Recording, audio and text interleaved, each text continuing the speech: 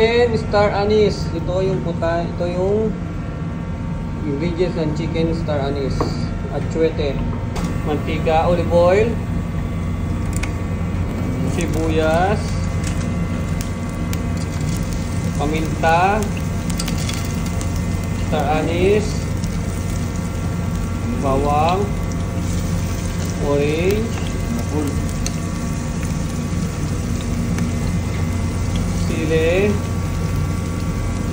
manok. Dapat pinainit yung pan, ha. Pinainit. Para medyo kumukulo. Tapos yung sobra ilalagay sa taas, sa toppings.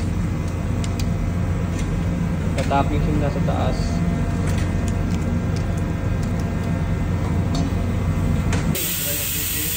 Yung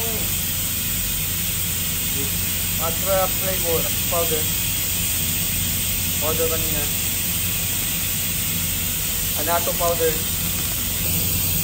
white pepper, tapos magic sarap, konting asin lang, paminta, bilog na paminta, yung pineapple juice, yung juice ng pineapple ilalagay, bubuo sa lahat.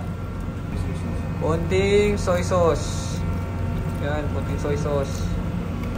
Konting brown sugar. Konting tubig. Isa lang, tapos slow cook.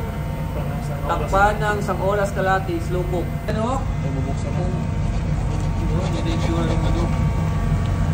Okay. Luto na yan, paano natin ito? Luto na. Bawasan na natin ang sauce.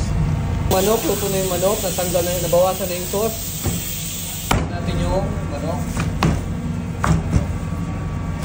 Mas better na buo para maganda yung texture niya. Isa, lagyan natin, itap natin, itoppings. Sarsa ng manok. Yung onion leaves. Flow chicken star anise.